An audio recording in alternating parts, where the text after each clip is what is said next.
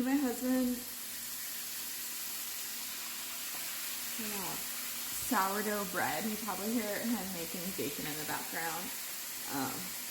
So I have my bowl on my scale, and I'm gonna start with 300 grams of water. And then my sourdough starter, it was like peaked, but I put it in the fridge probably like over a week ago. So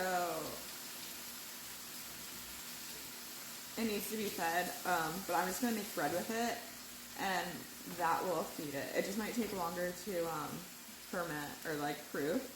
Also, this lid is like rusty, which I just dropped it when I took it out of the fridge, so some of the rust got like, I don't know if you can see it on there, but I'm just gonna put it in here anyway.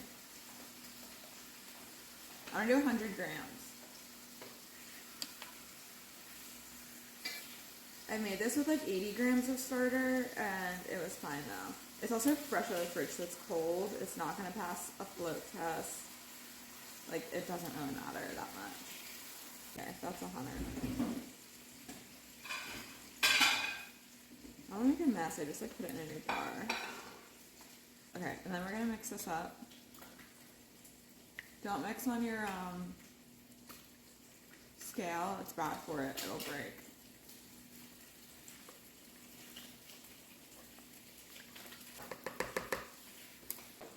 $400 grams of all-purpose flour. You can use bread flour. It doesn't really matter that much. 400.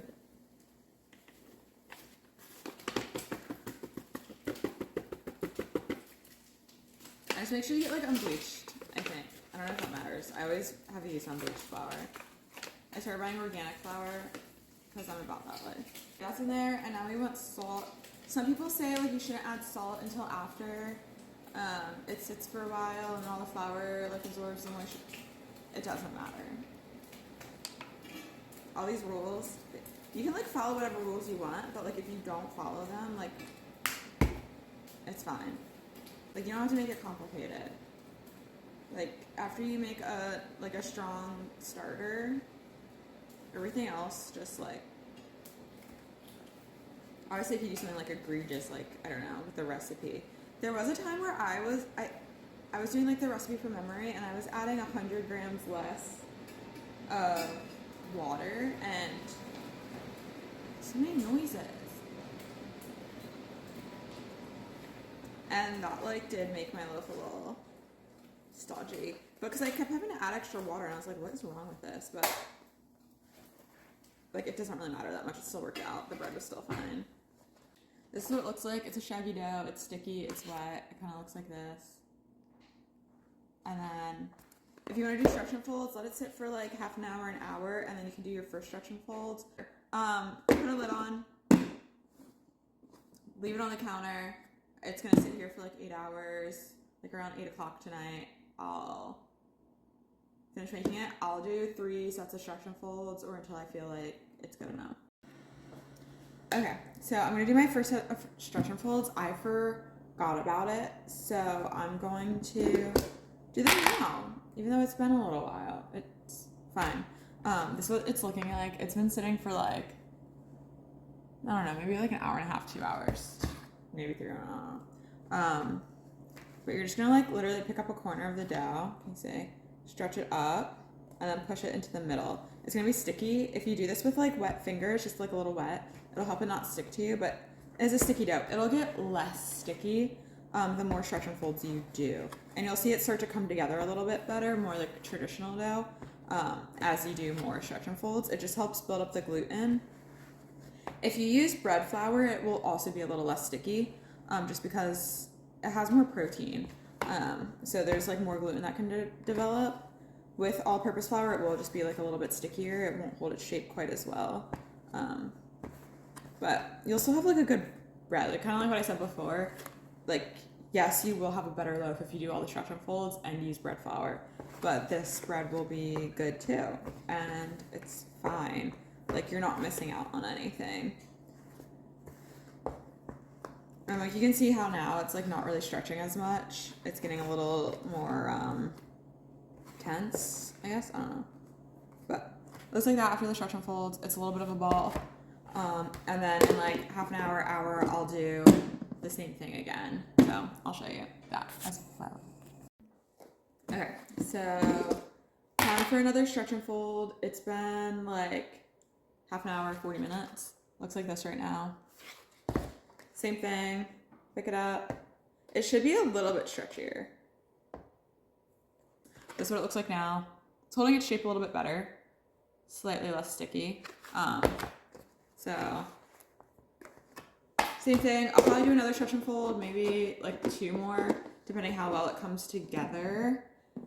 And then we'll bake it tonight. There's sports on in the background, but this is what it looks like now. I'm gonna do one more stretch and fold. I'm ready, I promise.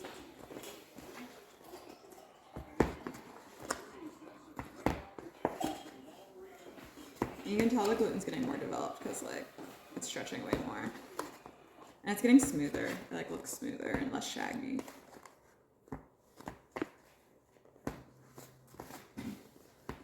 But I'll probably leave it alone after this. It's more of like a ball. It's less sticky. Okay. Next up, we'll bake it in a few hours. Okay, we have like about an hour until I would want to bake this. I think it's gonna need longer. This is what we're looking at right now. There's some bubbles. Looks good. I will show you again when we're ready to bake. Okay, so I made a mistake. I forgot to put this in the fridge last night. But we're gonna bake it anyway.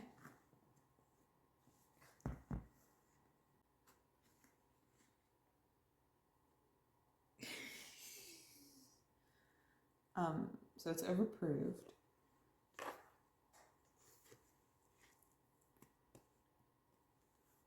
Hopefully it bakes. We'll see. I'm gonna put it in the fridge. I'm gonna shape it. If it holds a shape, put it in the fridge and then leave it in there while the oven preheats and stuff, and then we're gonna bake it. We'll see what happens.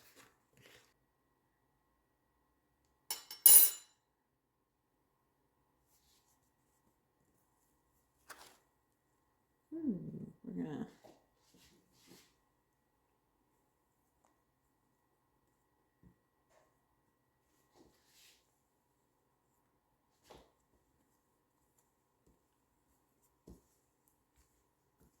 very airy. So hopefully it turns into something good.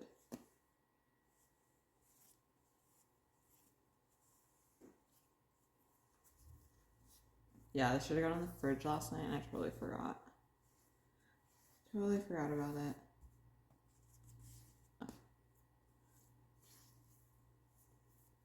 For now. We're just gonna leave that for now. So I have my Banneton basket. I have a silicone one. I just put it with a towel in it. Usually I have like thin cotton ones that I like to use, but that's what we're using today. And then I flour it. If you don't have like a Banneton basket or anything, just put it back in the bowl. Do the same thing. Flour like a towel. Get it really floury because the dough will stick. So like really flour it really good. And then put that in your bowl. And you do basically the same exact thing. So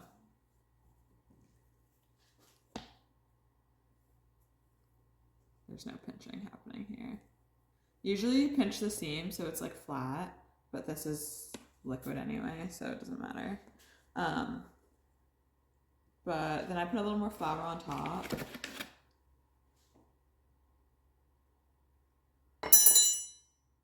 So that it's really floury, nothing's sticking to it, and then just fold the towel up over it so that way like it doesn't dry out or anything.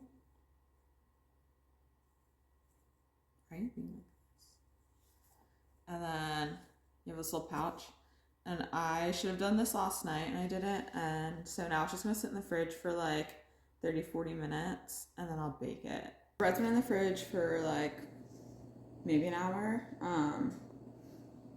Let's see what it's looking like. I think it's just gonna splurge everywhere when I splurge, whatever. I think it's gonna go everywhere when I put it on here. So I'm gonna try to put it in the thing quickly, but whatever, we'll see. Okay, better than I was expecting. Can I move it? Ooh, okay. Okay, I'm gonna score it. I'm just gonna do a big little C on it. Yeah, that's good enough for today. I'm not doing anything crazy. All right, I'm gonna put it in the thing. This preheated in the oven the whole time. So put whatever you're cooking your bread on in the oven. That's going in. I'm gonna throw a couple ice cubes in here. I have 3 ice cubes. I'm just gonna throw these underneath the like parchment or whatever I'm using, silicone thing. Lid on. And you can just spritz it with water too. You really don't have to, but if you want the crust to be more crusty. But this is gonna go in the oven for 30 minutes covered. Okay, bread just came out of the oven. It rose nicely. It looks pretty good. Sounds hollow when I did the knock test. I won't have time to cut it because I'm leaving, but I'm gonna see if my husband will cut it and send me a picture so I can show you. This is a couple days later, but this is what the bread ended up looking like. It's a little stale now, but it's not the best bread ever because I left it out for so long, but it's not the worst. It's still good.